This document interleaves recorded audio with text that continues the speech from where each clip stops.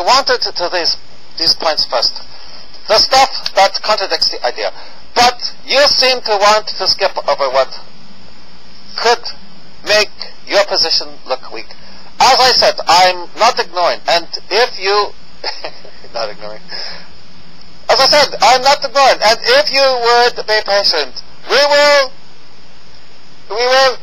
go over those, just like the current points. But I think it's only fair that I get to finish presenting my position first. I don't think it's right that before I even get to finish presenting my evidence, you are trying to stop me. I mean, I haven't even gotten to present all my points yet. I think it's only fair that since we already started on this, you had me posting scripture and everything, and I haven't gone over all the points of scripture yet. I think it's only right that we finish it before you try to avoid these and switch the talk to other points. But make no mistake, I'd love to address them. Right. And I will. But I'd like to finish out this line of questioning first, and not leave it. I've been talking to you on and off since the beginning of this year, 2009, in private emails. And you still haven't explained why an idol is used successfully as snake bite medicine, why the blood of a spotless lamb had to be put on doorways to keep the firstborn of Israel from dying, and why innocent animals had to be sacrificed for atonement. Atonement for what? How can you keep on ignoring stuff that makes no sense at all if Christianity is false? How come? Well, if you would let us finish these points here, my response is wrapped up in what I'm going over right now, which is why I want to do this first, because my response there is intertwined with the points I must be establishing right now. And your point was that back in Kings, Jews prayed toward the temple, and you think that seems to mean all that Christian symbolism means nothing. But because they prayed toward the temple in this passage, does it make null and void all that Christian symbolism? I don't see it. So you need to explain how it does, okay? So if you don't mind, could I finish establishing them and build my argument? And could you stop trying to keep me from doing so? You want an answer. I'm giving it to you right now. If you would wait for me to present it all, I will then show how the connection you are making is weak, artificial, retroactive, and historically questionable. What does, quote, blood atonement, unquote, what does blood atonement mean to you? Spotless lamb blood?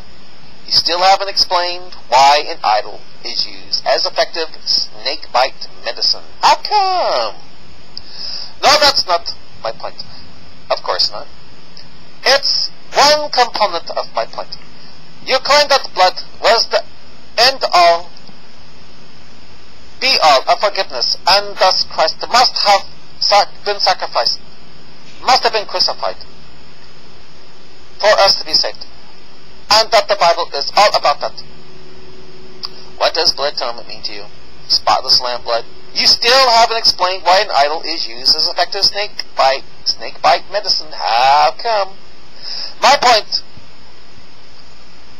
is that this is far from the truth, and there are a number of non-sacrificial ways that people are forgiven, and at times the idea of sacrifice being an alternative or substitute for obeying the law and prayer and humbleness, etc., is condemned and rejected. So the bloody sacrifices were for what? The spotless lamb blood was used for the idol of a snake, used for effective snake bite medicine was used for, and that renders null and renders null the supposed Christian symbolism.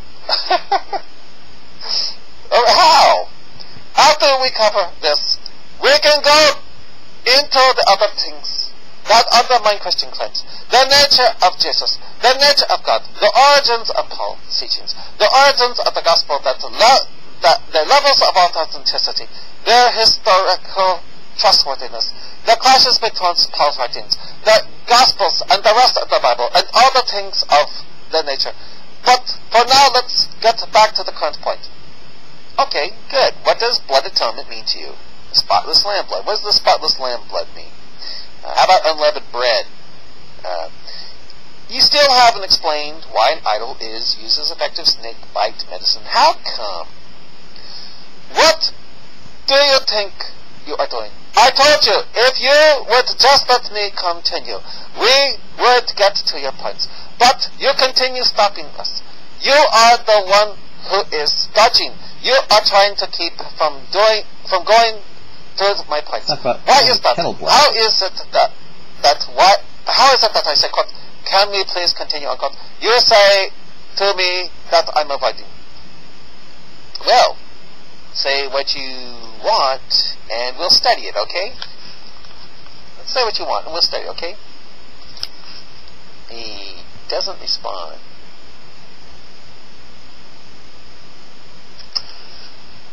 Okay, this is for another time. You are right? About what? And how is my position looking weak? Diverting? How? What was point one? I accept them praying toward the temple, but how many times did they do it? When did they do it? Were there patooties up in the air like Muslims in Islam? If so, where does it say that? And if again they did they do that to escape the fire? Why? How come that's never mentioned that they're doing it to escape hell? Why were there blood sacrifices? The brazen snake and the spotless lamb, Passover blood. What was that for? Who is this, quote, he who comes and prays toward, quote, this house, unquote? Does he have his patootie up in the air 5 times a day, every day, for the rest of his life to avoid the fire, the punishment in hell? Is, quote, this house, unquote, the Kaaba? If it isn't the Kaaba, how come? It is said in the Bible that fearing God is the beginning of wisdom, but it also says perfect love casts out fear. Where is the patootie in the air? Where is this done 5 times a day, every day, for the rest of their life? Where is it done to keep them out of eternal hellfire? He doesn't respond. Am I going to have to post all those verses? This is for another time. Am I going to have to post those verses up here and to keep you from pretending like they don't say what they say? 1 Kings 8:28-50 says, many times that they prayed to the temple. Do you accept that?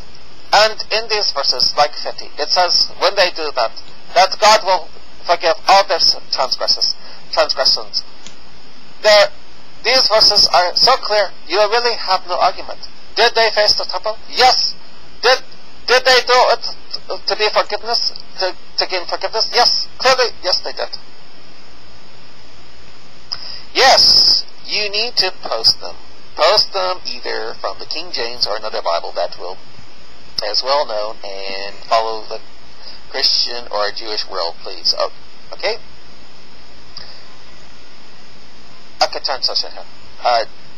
GWT. The Lord said to Jehu, you did what I consider right, and did it well. You did everything I wanted done to Ahab's family. That is why, for generations of your descendants will sit on the throne of Israel. This is the RB. And the Lord said to Jehu, because thou hast diligently executed that which was right and pleasing in my eyes, and hast done to the house of Ahab, according to all that was in my heart, thy children shall sit upon the throne of Israel to the 4th generations. You need to read what I wrote.